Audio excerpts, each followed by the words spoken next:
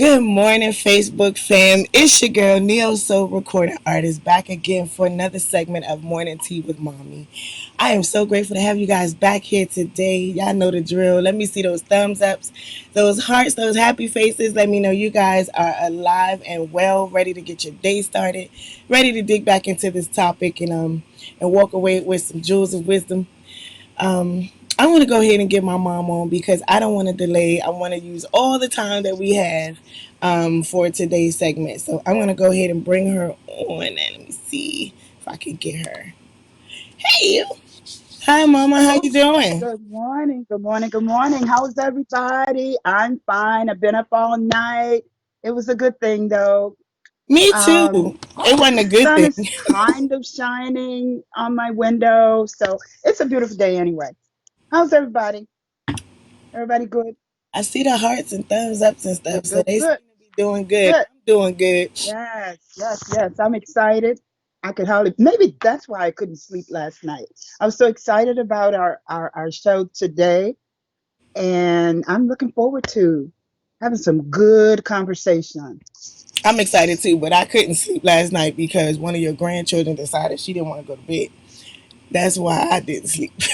Well, maybe she was excited too, even though she won't see the program. So you know, you guys know since the beginning of the week. If you haven't realized already, the theme for this week um, has been about domestic violence. For the last couple of days, Monday and Tuesday, we had discussion under the title "Stop Telling Your Daughters Those Are Love Taps," and we certainly didn't just stop at just daughters because that happens with our boys as well. And you know, some of you who grew up in my era and before remember when you would come home, or you would tell the teacher or somebody that somebody hit you, or she hit you, he hit you, and they would say, "Oh, those are love taps. They just doing that because they love you." And we kind of created the ideal that when somebody hits us, which is not any significance or signal that I like you, I love you. We kind of created that misnomer that it's okay, and we've grown up with that ideal. And I pose the question: does that contribute to the domestic violence that is actually going on within our youth? Because before the pandemic, it was a huge thing that people were experiencing, boys and girls were experiencing domestic violence in high school, middle school, high school, age 14, 16, you know, where I'm like, certainly, like, I even introduced a friend of mine who got to speak with you all with her king, that love can certainly happen in high school. However, at the same time, where your mindset is at that time, how does domestic violence come into play where you find yourself as a teenager being manipulated physically and mentally, and sometimes, and a lot of times, sexually? And so we talked about that, and towards the end of the show yesterday, we started talking about, we went back into my mom's testimony and what she experienced and what I experienced as a child growing up in that situation prior to my dad being reunited back into our lives. Um, and so today I have a special guest um, who not only has survived domestic violence, but it is rather new, fresh, of her coming out of that situation. And so, unfortunately, I know we like to see faces and everything. You guys can still throw the hearts up. She is going to be able to see this. However, for protective purposes, you aren't going to be able to see her. And so, but I do want you to hear her story. I want us to be able to speak with her and talk to her because this stuff is real. It's real. It's happening, and a lot of people don't come back from it. I spoke about a couple of classmates that I had, and those who were to graduate under me, who are no longer here. because of domestic violence. And so to even be able to talk to her and hear her story. And for the last couple of days, I spent time just, hearing her story. And so I'm gonna try to keep it together while she talks today. But it's deep. It's deep, and we only have less than an hour, so I'm gonna shut up so that we can get started. So I'm gonna try to bring her on. We're gonna call her Lyfe. Where Gerald at? He has the Lyfe magazine, and we spell that Lyfe. We're gonna call her Lyfe. And so I want you guys to throw those hearts up for Lyfe today. We have her on here. Hey, you there with me? Hello, hi everybody. How y'all doing? So if you Hello, guys, I want hello. to first do some housekeeping. If you guys can hear her, let me see those thumbs ups. I just want to make sure you guys can hear. If you can't hear her, type that in there so I can do some quick tech stuff. Um, And my awesome sign is for life and for law. put You are awesome. Law's saying she's going to try to keep it together. I know if you see me disappear, people, you just know that I'm having a moment. Okay.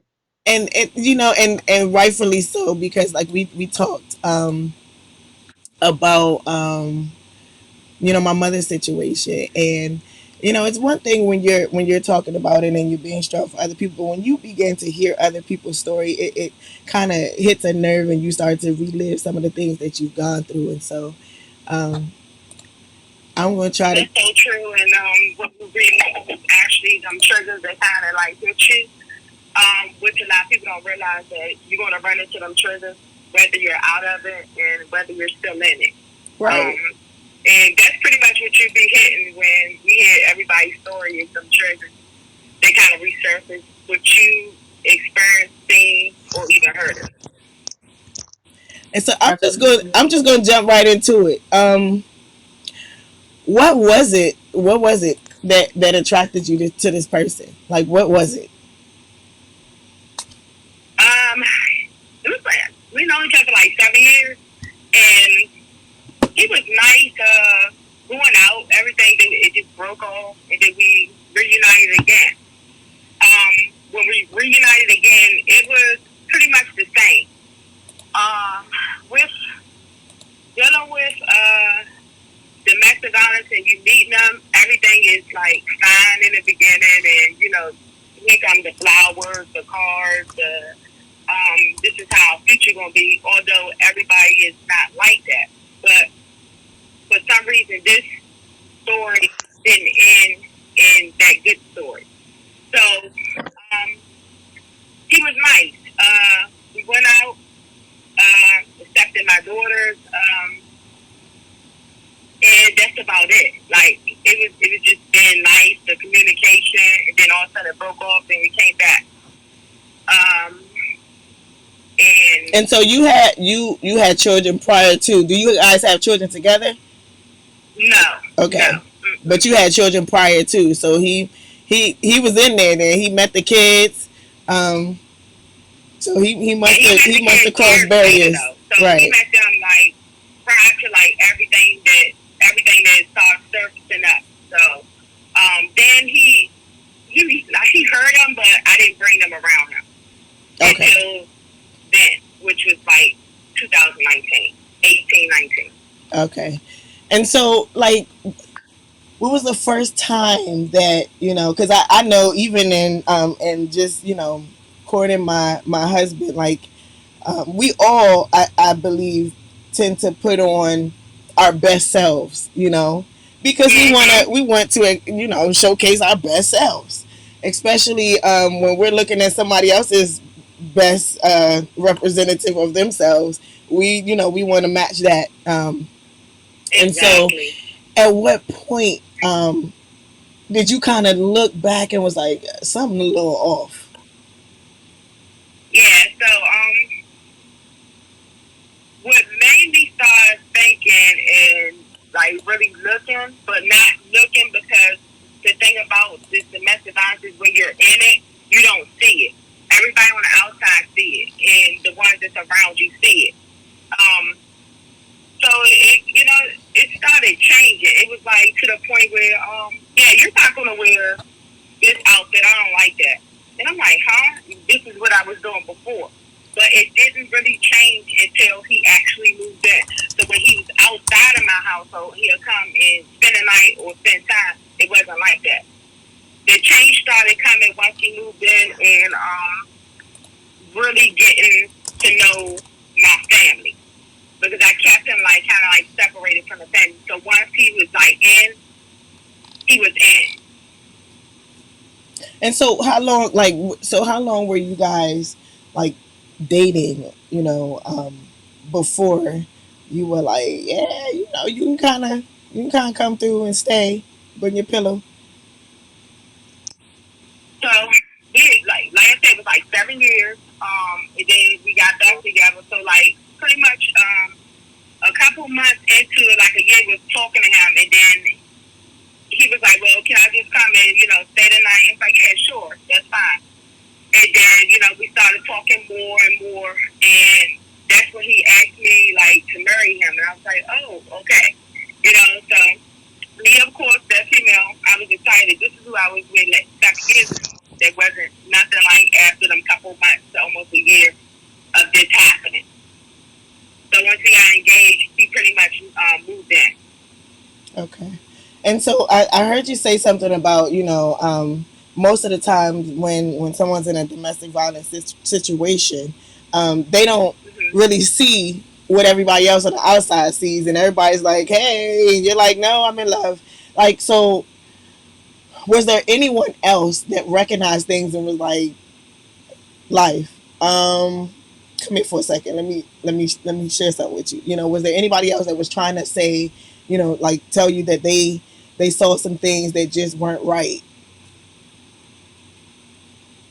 The only one that seen that something wasn't right was my 12-year-old.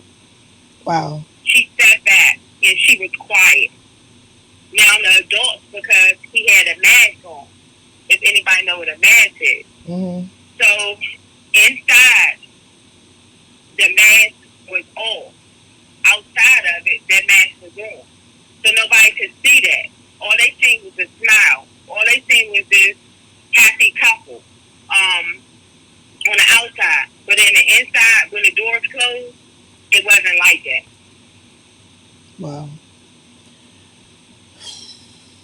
So take us to the point where that first that first situation where it was sort of like um, a reality check, a wake up call. Like, yeah, this I'm in a full blown um, abusive situation. So the first incident, my aunt pretty much is in the hospital, and I was, following her, dealing with that, um, with her and cancer, and he was there. So I pretty much like shut down myself from everybody, just kind of dealing with it on my own. He in turn went on Facebook, contacted a sibling of mine through Facebook with questions. And I was like, why are you contacting people on my Facebook? Like, we don't do that. Like, that's not, well, I'm just trying to find out how to deal with you. No, that's not how you try to figure out how to deal with me. Ever since that first contact, everything started happening pretty much every day. Every day was something different. Hmm. So to kind of fast forward with the messaging on Facebook, this person close to me contribute to it. And he started asking questions. It started getting worse. I'm answering the questions and I'm being honest about it. But that wasn't enough.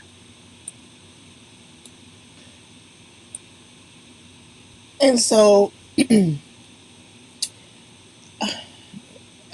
at this point, because I've seen, I we know each other, so I followed, the journey, and I saw the aftermath of, some of the things that were taking place. And so, how did it get to the point? Because it's much deeper than just, reaching out to some siblings and telling you, I don't want you to wear that. Um, how did it get to the point? When did it get to the point of him laying his hands on you? So it got to that point, pretty much because he started reaching out. The lies was told to him, and I'm trying to like, okay, this what's being told to you is not true. So I don't know why you're listening to that. He didn't want to hear that. So I kind of like backed myself up out of it and just was like shutting down. Then it got to the point where he's just grabbing me and saying, "No, you're going to listen to me." And I'm like, "Do not touch me. Don't grab my arms. Don't do none of that. Do not yell at me. I'm not yelling at shit." It started getting worse. So I told him, I said, "Look, we can go out separate ways. No, it's no getting out of this. You're either going to stay with me or you're going to die." I only had two options. That was either stay or die. That's So what he I'm like, said. That's okay, what he said to you. uh, That's what he said to you. yes, yes. That's the only way out of the relationship. So I'm like sitting there like thinking like, okay, this is not normal. This is not, it's not okay. And Mother's Day is what really like, wake up. It's when we went for a family function. And I did not want to wear these pants because it was raining. He yelled and yelled. It was to the point where he wanted me to wear certain things.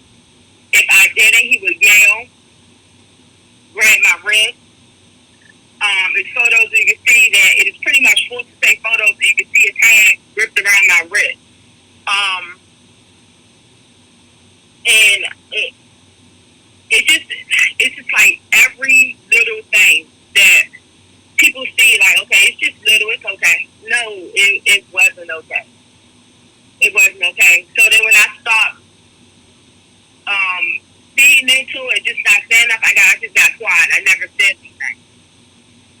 Then it started with sexual, where people don't realize that no is no. It started getting sexual with forcing to have sex and repeated rape. Mm. I called somebody on the phone, and with iPhone you can call or send a message and like, help. This person told me just go to sleep, not knowing it was that serious. The other family member I called and I sent a message saying, "Can you please help us?" This family member said, "I'm in church right now." That same very church that you're in could have been me and my daughter rolling in the casket. Mm. And so, That same sibling that contributed to this could have helped us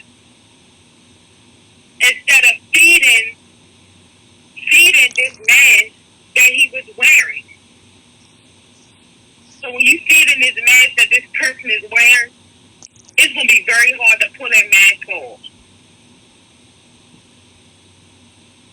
when did you get to the point where you were like, I'm done reaching out to family members. I'm about to call the police. I'm calling the police. Like, when did you get to that point? And what was the outcome of, the first time you actually called the authorities? So I had two times to escape. The first time I could not escape. It was an engagement party that I thought that his family would be there so that once he left with them, I was going to leave. But a family member told him that I was going to leave. I couldn't escape then. The second time, I was sitting in my room My youngest daughter came in there. She heard us arguing, and that's all she kept hearing was arguing. She said, "Mom," and she was yelling, "Wake up! He's manipulating you." And when I looked over at his face, it was like this look he gave, like she knew. She knew what was going on, but she never like said anything. She sat quiet. That night before, when she did that, I knew I had to do something. And so, did you call the police? So the next morning, the routine was totally thrown off. Because every morning it was like he had to pull my pants up, tie my shoes, walk me to my car, stand in a parking space until I'm completely pulled off and he doesn't see me. Put my location on my phone and track to see if I got to work. I Wait a wasn't minute. I'm at work sorry. on the So, wait a job. minute. Back up for a So second. this particular, You so said. this Hold on one particular day, second. Life. You hear me?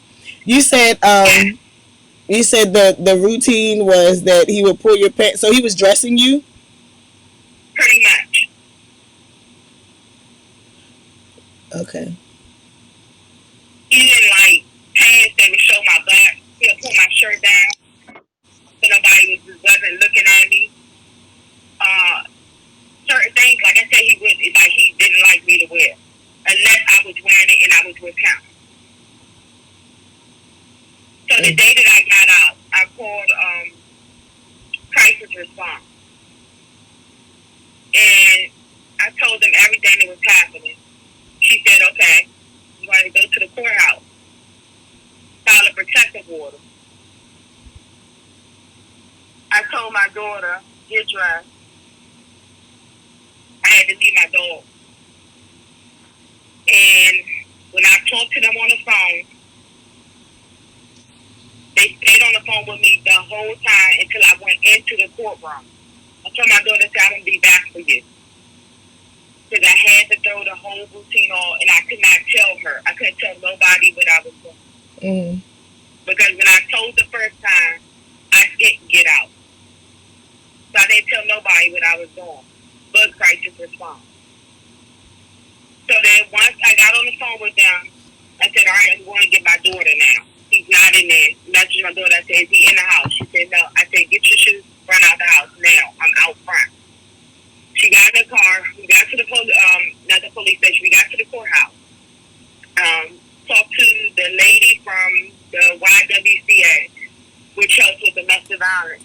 Filed my paper to get a protective order.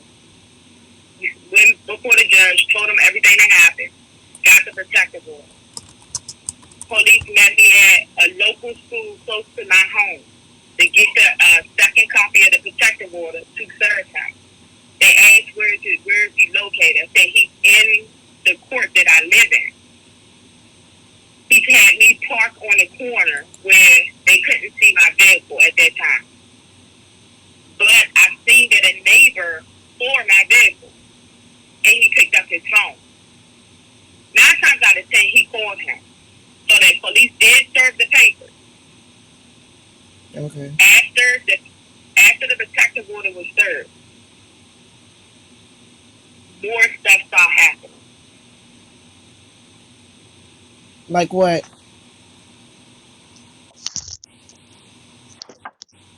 So it was a Friday, it happened Saturday. My tires got slashed. Called the police. Police came to my house probably 4 times out of that time. Out of the whole weekend, this is Labor Day weekend. I got anonymous phone calls, just phone calls behind each other. Then my jobs were called. My jobs got called, my boss was calling. Text messages being sent to me about the calls that was being sent to my job. My car handle was broke that same week. Prior to that week, that's exactly why I was getting out as well. He tried to attack me through the car, and when he pulled the handle, because when I rolled the window down, he broke the car handle off, trying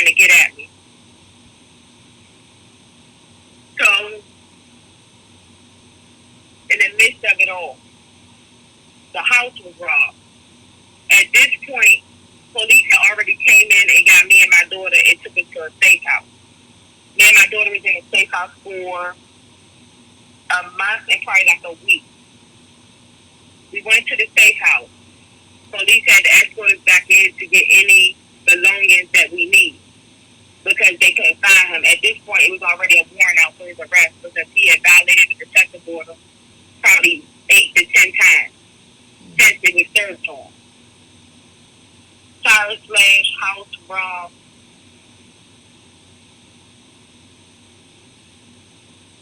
My face was breaking out. They didn't know what it was from. Believe it was something they had put into my food.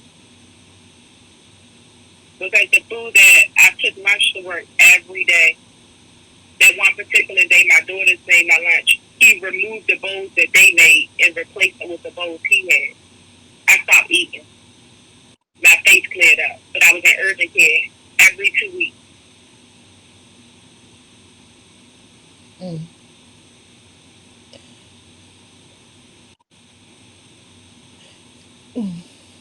So,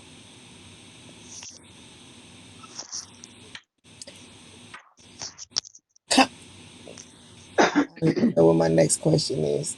I, because I'm listening to your story, and I'm hearing like bits and pieces of when the children are involved. You keep speaking of your daughter, and I remember, um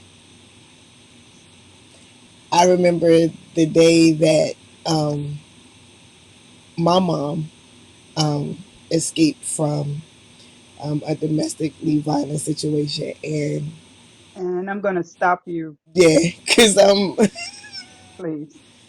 I'm I'm I'm just like, my mind keeps going back to the children,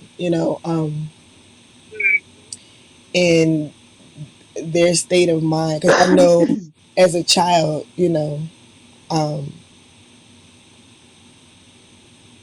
when everything is happening, it's almost like a movie, and I'm pretty sure, like, to you, and to, those who have been, the target of domestic violence, like, it's almost like you're in a movie, a Lifetime movie,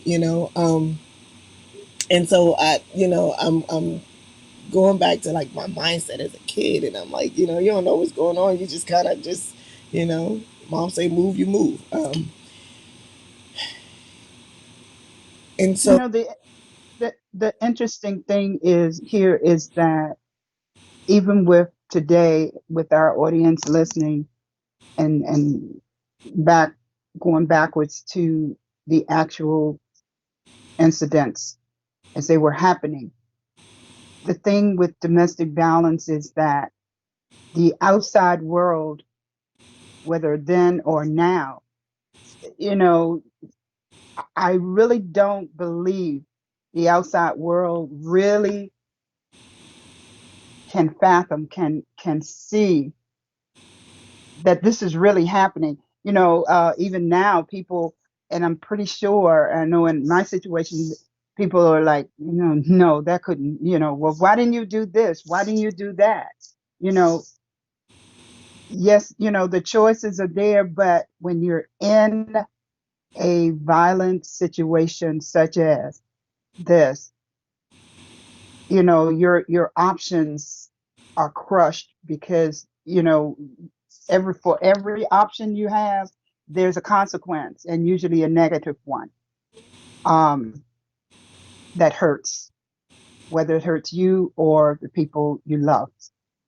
And it's not as easy as it may seem, from the outside. So I'm listening, and I'm thinking, and like I said, I'm flashing back to all of the people who you would think would protect you or would step in, or it's they're not there. They're not there at those crucial moments.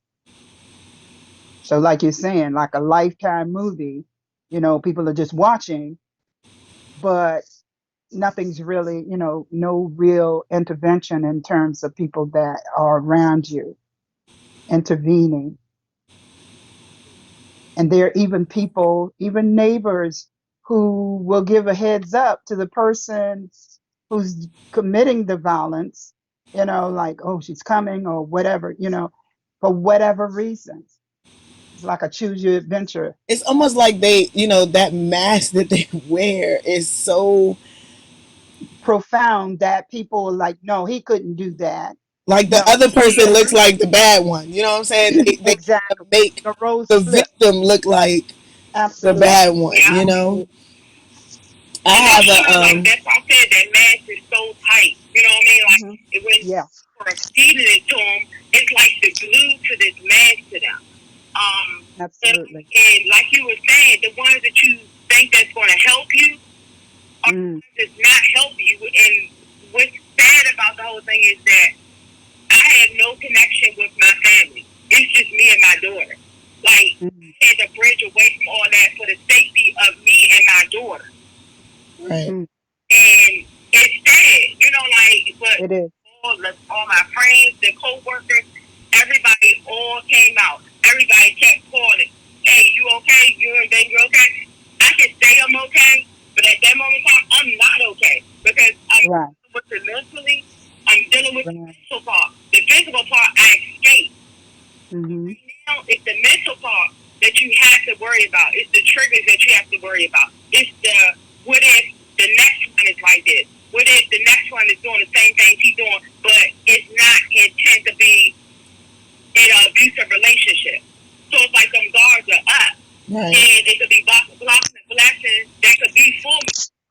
Mm, And which brings absolutely. me to my next question: like, how has you are? I'm listening to you, hear my mom, and reading comments where I had a young lady whose mother, her friend, actually lost to this um, epidemic of domestic violence, where her boyfriend killed her and two of her children, and left the daughter that they had together. Um, and so Mm, being a survivor is one thing, because you hear the stories that don't end up like yours. um, I had a young lady that I went to church with. I guess it's been about 3 years, 3, 4 years now, um, since I got the call, and I found myself at a visual, where her boyfriend, fiance, um, came to the house to talk to her, wound up coming in while their daughter, a child, I believe she was 12 at the time, was in her room. He pulled out a gun and shot her several times. And the neighbors saw him pull up, um, knew that there had been a big old fiasco.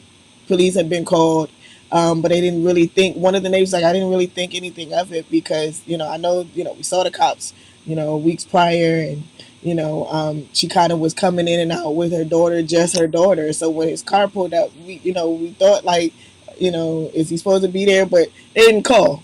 They didn't call the police or anything, and so she wound up losing her life to that. And so many people don't get to tell their story like you know um, no. and that in itself is a blessing to just even be able to breathe.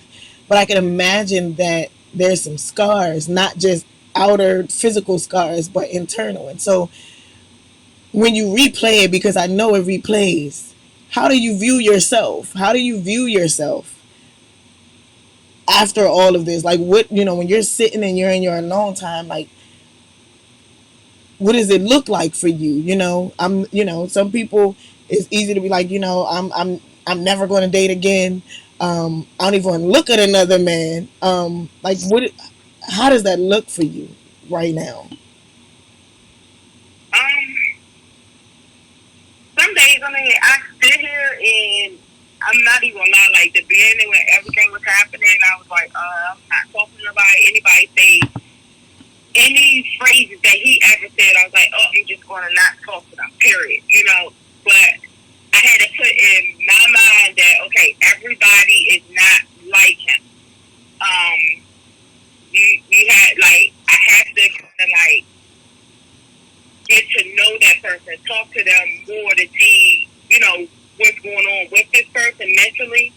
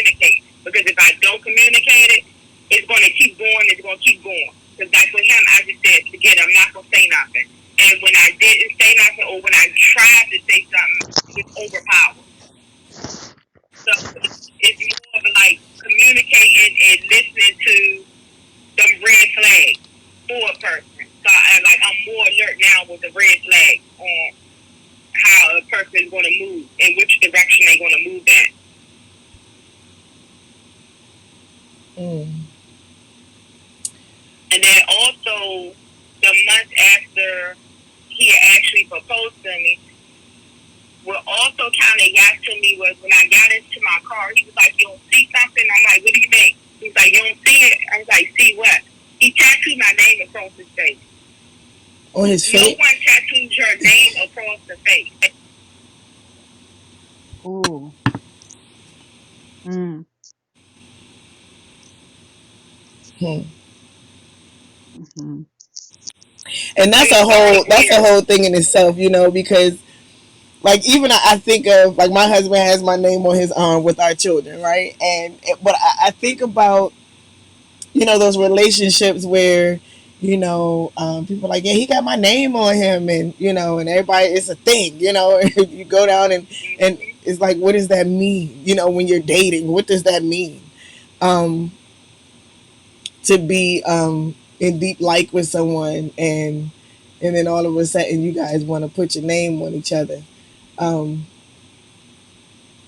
but I saw the picture, and so like where he put it, I was like, huh? Like it's literally when she say he tattooed it across his face, it is on his across his face. It is across his face, and I'm just like, wow, wow. So I found out like with the name on the face, which is kind of and this is like to the end. Like once stuff started happening, I was like, let me just start looking more into like what went on this last year or two before him coming into my life again. And I didn't know that he had got married. So I'm like, okay, the ex-wife reached out and everything that he was done to me, he has done to her, and she left. But the thing with her was, she said, when you cut ties, you need to cut them. Meaning, don't do nothing, I guess pretty much legally or whatever. So when it was boiled down to go to court or whatever, she didn't show. Wow. And I'm like, why is everybody backing down from this? I'm like, no, I can't do this. But I didn't know that everything that happened to me after I did that court stuff, he was going to do. Mm. So pretty much with him, it's like, would you walk away or try to walk away, you need to disappear. So then when we like zoomed in on the photos, it was a name on the neck and a name on the arm. The person on his neck, supposedly, we don't know, disappeared. The one on his arm is the ex-wife. He did a fake text from a unknown number saying that it was the ex-wife, and it was like a message that somebody would send saying, hey, you don't know this person, but that never came from the ex-wife. That wasn't her phone number. It was him.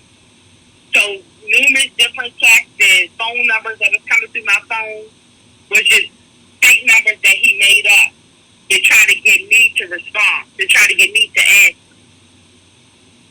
Wow. And so, And then that's when my job message and call. And they said, somebody, this person sounds really sick. And said that I shouldn't be working with children. And it was the message was weird. They was like, you've been with us for years. This didn't even sound right. So they put two and two together. And he called from his own phone number. So when the records was pulled, his phone number came up. So we knew it was him. mm-hmm. He wasn't smart enough to use another number to call my job.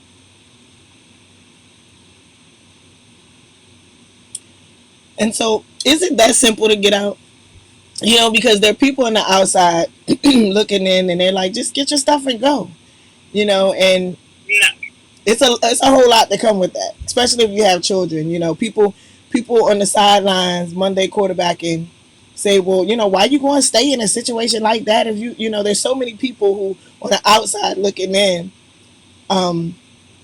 They have so many ideas of how you can just end this, get your stuff, leave.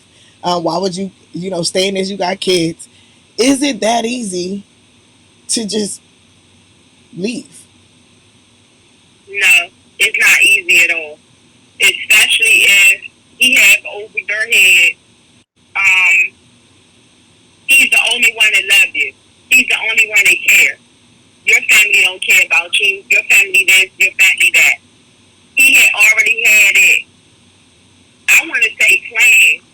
And the thing about this with domestic violence too is that they separate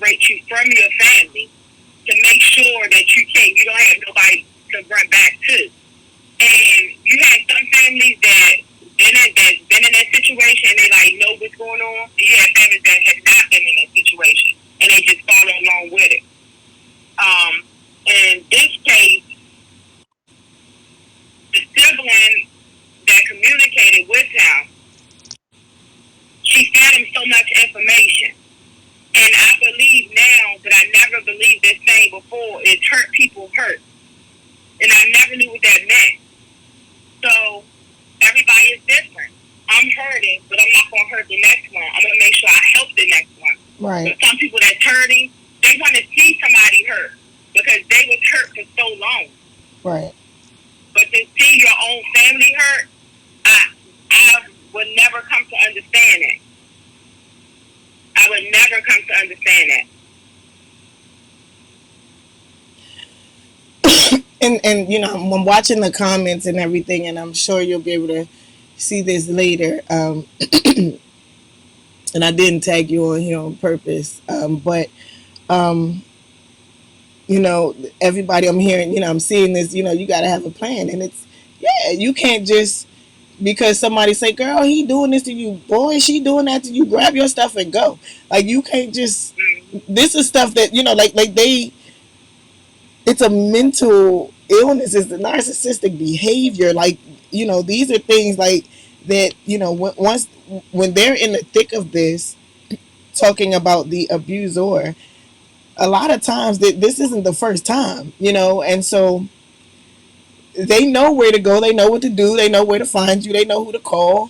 They know what to Mm-hmm. say um, to get you to come back. And um, I'm reminded of what's love got to do with it with Tina Turner and that story, and how Ike was like, come on, get back in this car. And after a while of talking to her, and she looked at him like, no, I'm not gonna go through this no more, or whatever. And they just know what to say, and then you know to be able to leave. It's like, especially when you have children, where you gonna go? Mm-hmm. But where you gonna go? Perhaps if it's just yourself, you can stick it out and live on the street until you can get to a shelter or whatever and feel safe going to this place and that place. But when you have children, where do you go? And do you just pick up and just not work? And because you got to kind of just disappear from everything. You can't just pick up and grab a bag and leave it and go to work like he don't know that you work there or she don't know that you work there. It's a lot. It's a lot. And so when you really take time to think about it, it really isn't an easy way to just pick up and go.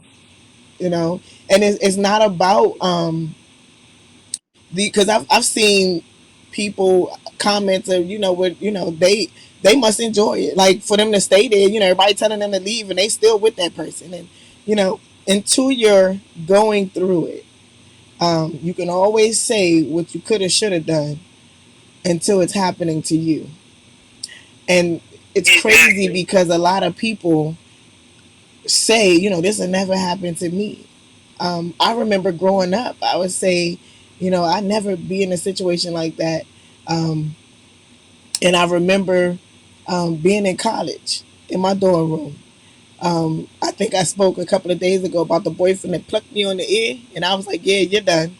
And then years later, or a few years later, um, ran into him. Was like, he was like, "Oh, you went to Maryland, like you said, yeah." So he comes through, and I was actually going to be headed out that evening with a friend of mine who was in town, who we didn't end up going to the same college. Came through. He's in the dorm. We're talking. He's looking at pictures of my life that happened well after him. Um, And so, I'm thinking nothing of it. I'm like, hey, yo, like, we're totally like, there's no chance. Like, I've had a life after you. Graduated from high school. I'm in the thick of college. To only turn around to have a gun pointed in my face, for things that happened years ago, as a high schooler. And so, like, this thing is, when we talk about domestic violence, the first thing we think of is, your adult life.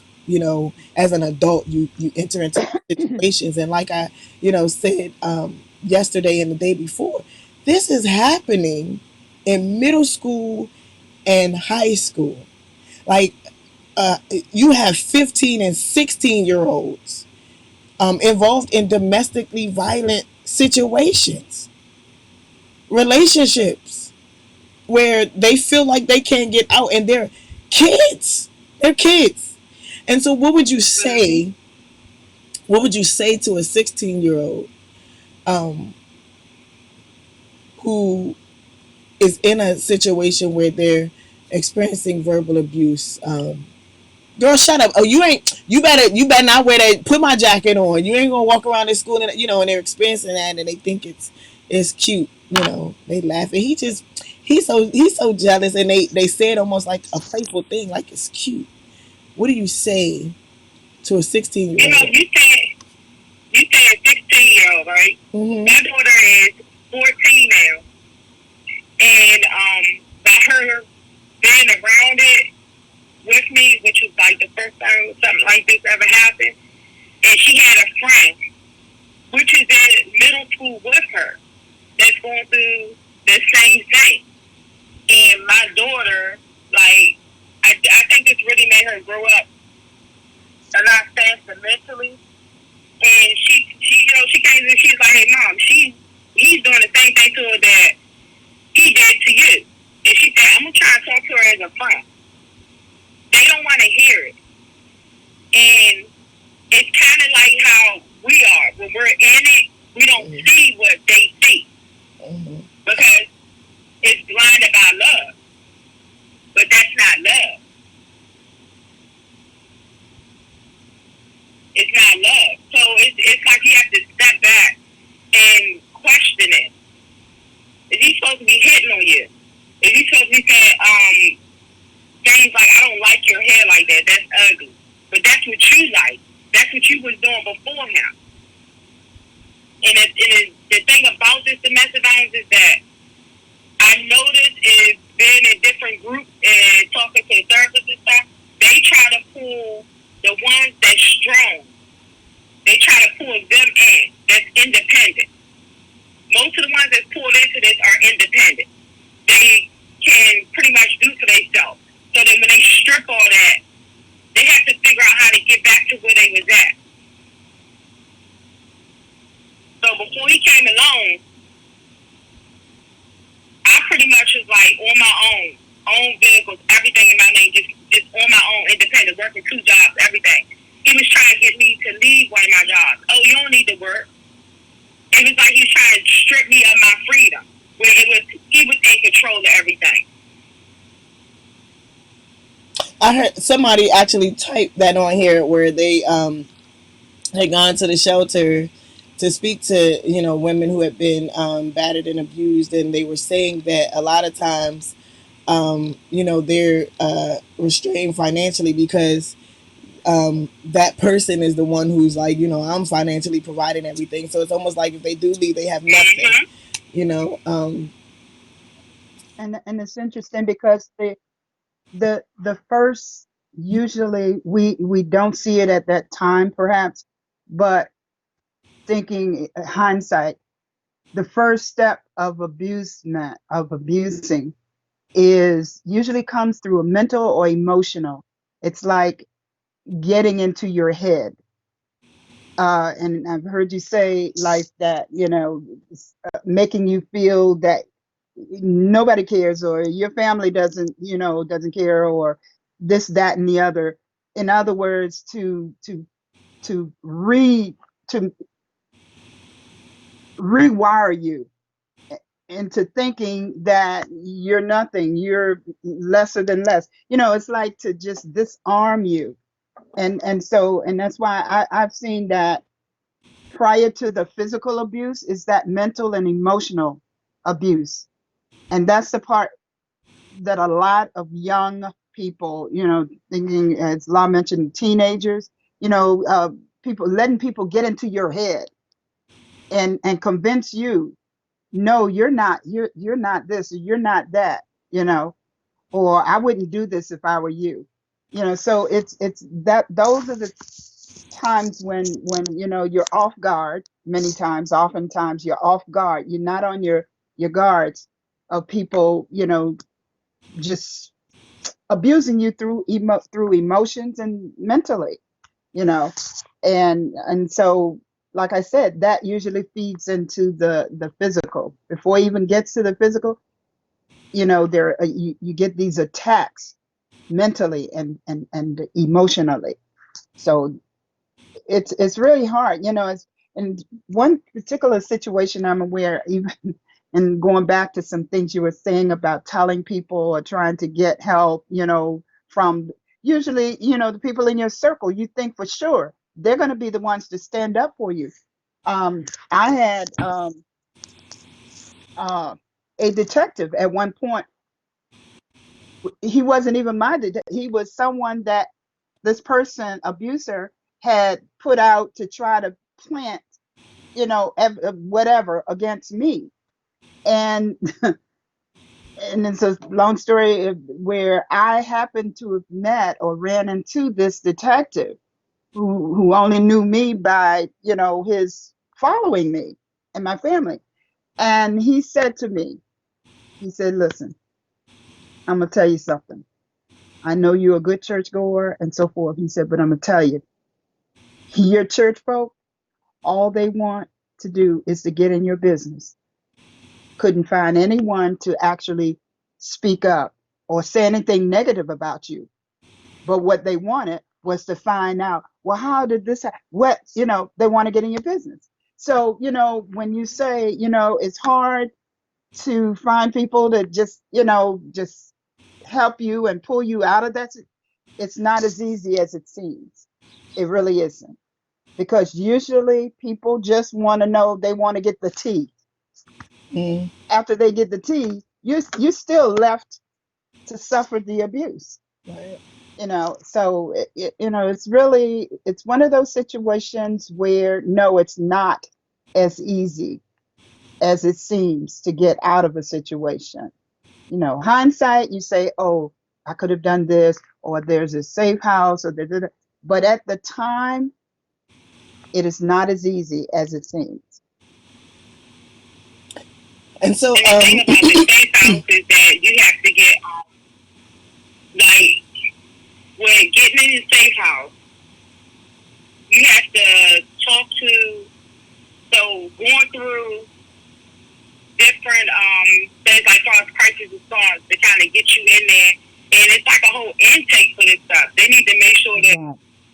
you're going into these different safe houses for different situations. And Hmm. a lot of people fail to realize. I was like, oh, I'm never going to those shows. I'm never doing this. Like, and I'm looking at this like I cried for like days. Like, man, my daughter cried for like days. Like, we really going into a safe house. Like, this is not real. Like, if we wasn't at the gate at a certain time, a missing person report was filed and on the lookout for. This gate is scanning your face to make sure it's you before you go through them gates. Like it's not like any shelter you just walk up to, go knock on the door and get in there. No, it's not like that at all. When I say they're going to protect you, they're going to protect you in this safe house. You're Hmm. automatically assigned to counselors. You're automatically assigned to people to help you get yourself back on your feet. Financially, like you were saying, how they try to take all that and strip it away from you. The only thing he did financially with me is go ahead with my vehicle. Well, he took and had me put a lien against my vehicle to get thousands of dollars for that I'm still right now paying on. wow. So the thing about this is you don't see it. Like it's like it's there, but it's not there. And Mm. the neighbors, seeing everything. This neighbor left this letter. I sent it to you too. Like, so in the letter, she said, "I see everything that was happening to you, but she didn't know how to reach out. Her family didn't know how to help me. She seen that he Mm. was like, when I get off of work, locking me in my car, yelling at me, climbing over on my steering wheel so I couldn't open the door, yelling at me when I get off of work. This family seen it. Mm. Wow. And so, with But that, I want to ask you, for those who are on the outside looking in hindsight, what would you say to them, if they, have observed or come across someone that they know, that they suspect to be in a domestic violent situation? Like, how do they help?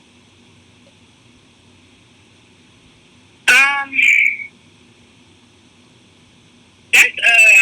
that's a tough question because you don't want your abuser to know that somebody actually see it, that somebody actually is there that really want to help you, because in their mind, they already stripped everybody from you that's supposed to help you.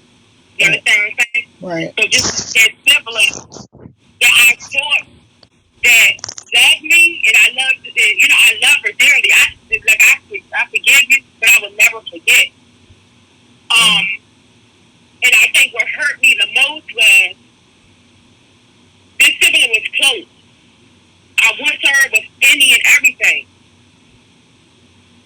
And when he went to her and told her that I hired him to kill her and beat her, she ran with that and filed a protective order against me. Never once called and asked me, hey, what's going on? Because that's not me. So with the detectives, of course, the detectives got involved. When they read through messages and stuff, they say, well, why is she saying that you're not built like that? You don't threaten people. You don't do this or that. But you ran to the courthouse and tried to file a protective order against me. I got an attorney with that because I had all the evidence on my phone that the detective pulled off my phone. I just said I got my forensic CD in the mail to go through. She stood in front of this judge, and this judge had to like literally get up off of the bench, and she was shaking her head. This judge said, "Who is this person to you?" You Hmm. know what she said? What did she say? She said, "That's my mother's child." Oh wow. All tears just rolled down my face. I looked back at everybody that was sitting on them benches. Price's response was there. The police was there, and we had to go into a whole nother county. I can hear the ladies behind me saying, wow, how could you do that to your own sibling? She believed everything he said. I don't care how much I dislike a person in my family. One thing I learned growing up is that family's supposed to be there for family. There's no way on God's green earth I would do anything to harm you or have anybody harm you. But for you to stand in front of this judge and tell this judge that's your mother's child, and you're the one in the ambush, you're the one going off and everything, but you have a protective order against me because you feel that you're going to get hurt because of me. The judge threw it out. The judge threw it out. Mm, But mm, she me and said she never seen nothing like this. She had tears in her eyes, and I'm like, like I couldn't believe it. To this day, I still can't believe it. And to this day, I'm not even sure if my family even know the whole truth on what happened. mm, But by the grace of God, somebody's going to listen to this and be like, Dad, why didn't I question her? Dad, why didn't I reach out to her? But guess what? mm. I'm here and I'm alive. I'm here to tell my story to Yeah, the next person. yeah. And that's an excellent segue as we're coming close to the end of our broadcast. Thank God I don't look like what I've been through. That I'm speaking for me. Thank God I don't look like what I've been through, and I haven't seen you in years, but just She's still gorgeous. yes, I know. I know. And as I said, you are awesome. She, Believe me. Um, that is one of my platforms. One of my my pet supporting items is women, children, and the elderly. Supporting, and it's not to say that I don't support males and men's efforts and programs and platforms, but those are close to me because they are things, people that I have that have impacted me in their stories, such as yours. Um, I just thank God that you're here to tell that story. and Um, I'm so grateful that you yeah, came on. yeah, It's absolutely. been the last couple of days, Mm, and I had to consult my creator. I had to ask God how I would do this show because, Mm, like I said, we kind of grew up together, and so everybody's connected to me, and um, mm, not just the fact that I'm a recording artist, and my platform is pretty large there, but the fact that I'm connected to all of you, and so I wanted to make sure that you felt safe, and I also wanted people to hear the story from somebody like real time. Like this is not a game. This didn't go away. We tend to uh, experience that same type of manipulation that those who go through domestic violence situations experience, and that's what's going on today. We get so easily distracted by stuff that don't even matter, and there's still serious things going on in the world that didn't go away because of a pandemic. But we get so distracted by Megan the Stallion. You know what I'm saying? Like, and you have Right. real life situations going on. Our children are getting ready to go back to school. You got kids who are moving back into dorms, and because of the pandemic, the universities aren't going to look like they used to look, where it's mm, crowded and everybody's walking, and you got people to walk with. There's going to be some secluded areas now. And so who's thinking about that? Who's safeguarding their children? Who's getting them ready and prepared to pay attention to detail? Instead of what do you think about Beyonce's video? There's some other things that take precedence or should take precedence because they're more important than somebody's video. you know um mm, People ask a lot of times, like, why you ain't come out with a virtual concert right now? I say, that's down the line, but right now God gave us an opportunity to iron out some things. And so me standing behind the mic singing some feel good music is not necessary right now. Right now, there's some things that we need to uncover, dig out the infection, so that we can truly begin to heal. Because this, our world, our society, our culture, even if we get justice, whatever that's supposed to look like, in some of these situations that have been happening, we still have unhealed hurt and wounds that just aren't going to go away with the band-aid. We talked about that seasons ago. It's not just going to go away with a band-aid. It is necessary mm. for us to start There's getting to the root of the situation and digging out, absolutely so that we can mental health. heal. Mental health is real. It's Yes. real.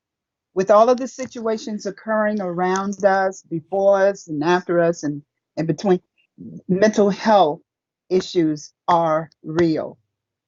There are sick people amongst us, in our families, in our communities, certainly in our country, you know.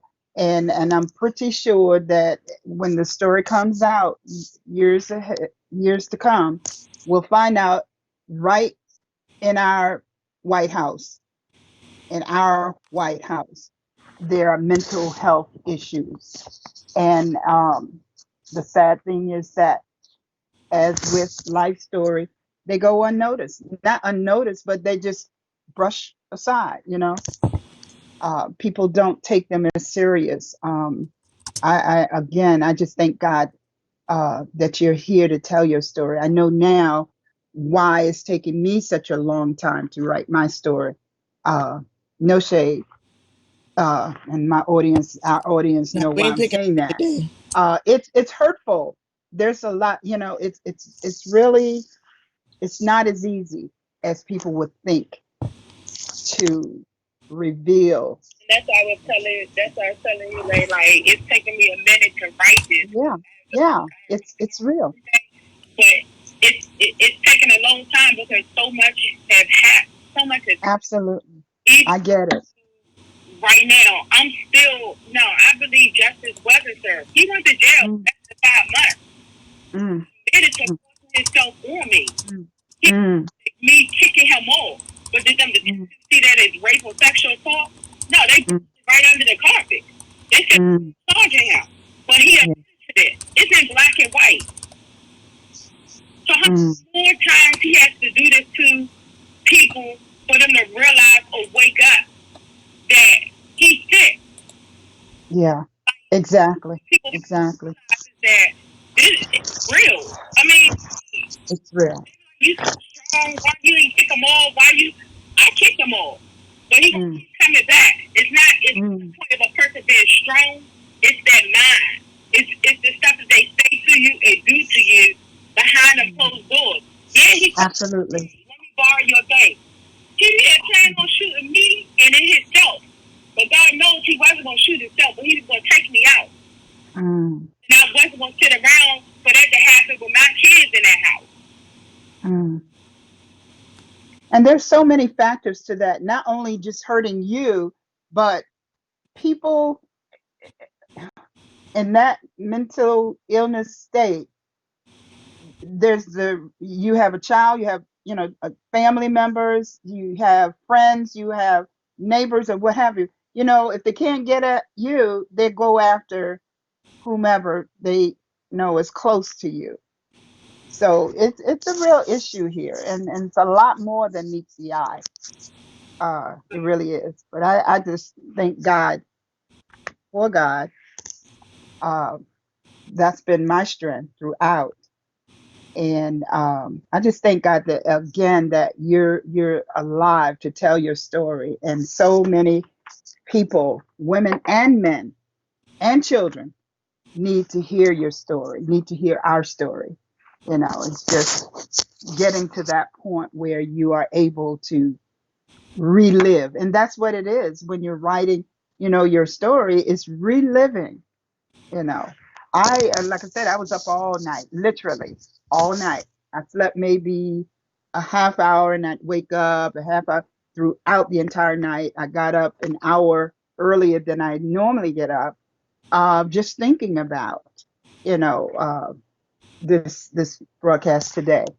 So I personally would like to thank you for uh, being able to share your story, part of your story with us, And and so, and thank our audience. Judging from the comments, we're gonna go back and answer. So, like, I was up off and on too as well.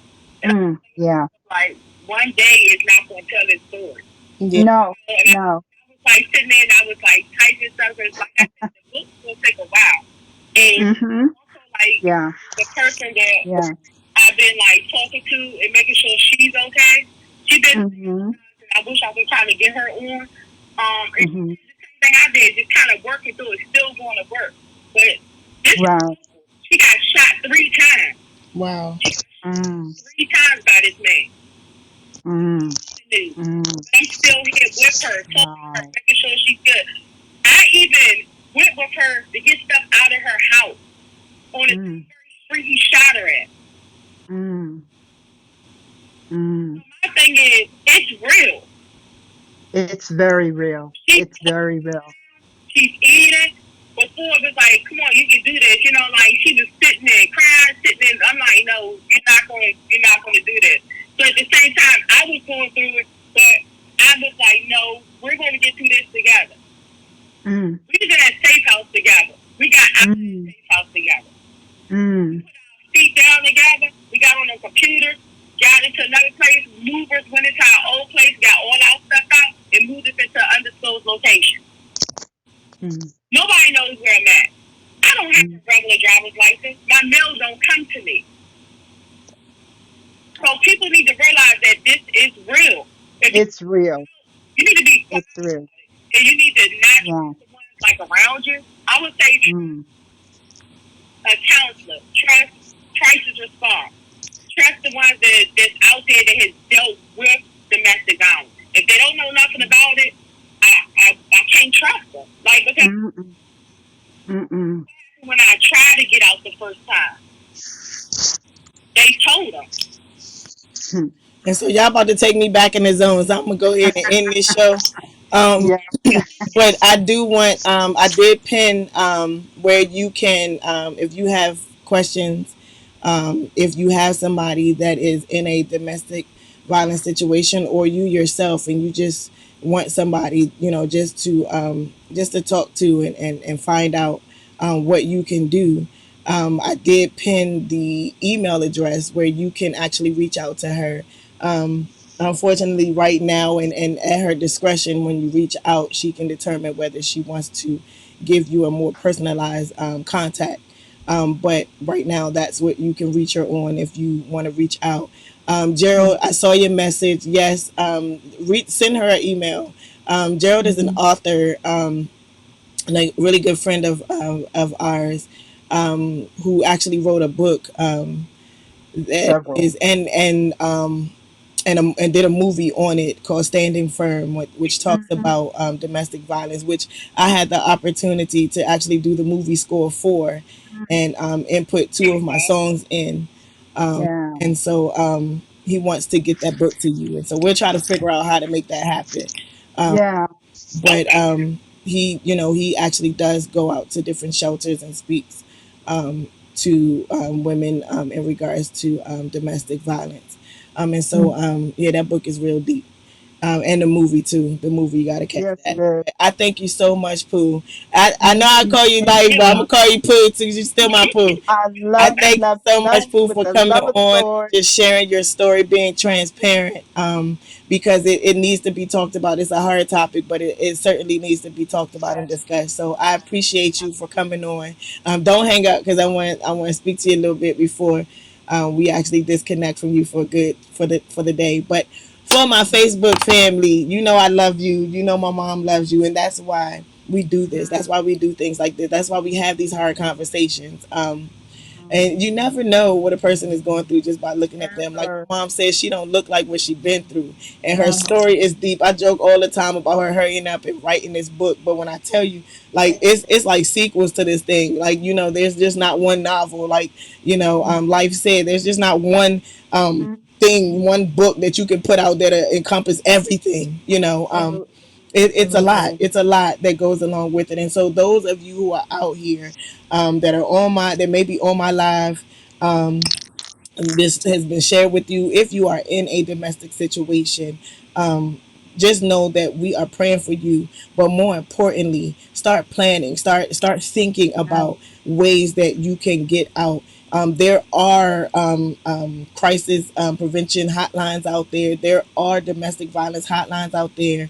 I posted one, and I'll post it again today throughout the day, where you can call and seek help. And know that the Creator is watching, God is watching, and He has you covered. And you just have to believe and trust in Him, not man, but God, that Absolutely. He will see you through this situation. Because those who actually make it through this situation, you did not make it through for nothing, for it to go and be pushed up under a rock.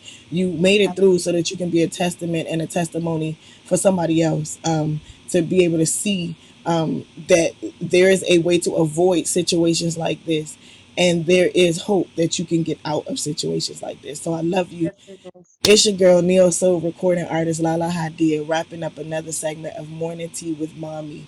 Domestic violence is alive and real. Let's talk about it. Don't sweep it under the carpet. We gotta talk about it. All right. Until Bye. tomorrow, bright and early 7:30. We are coming to the end of season 6. I'm excited. And so we got some things in store for you for next week. But until tomorrow, bright and early 7:30. I want you to continue to walk in purpose and not just on purpose. Peace out. Love you. Mighty, classy, beautiful. Mighty, classy, beautiful.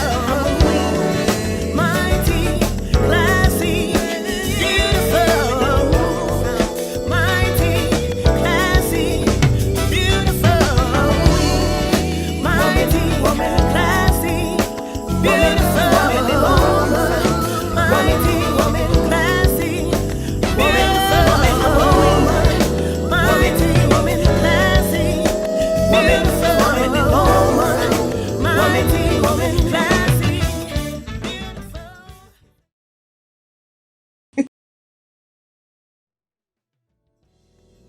Mighty, classy, beautiful. Mighty, classy, beautiful. Mighty, classy,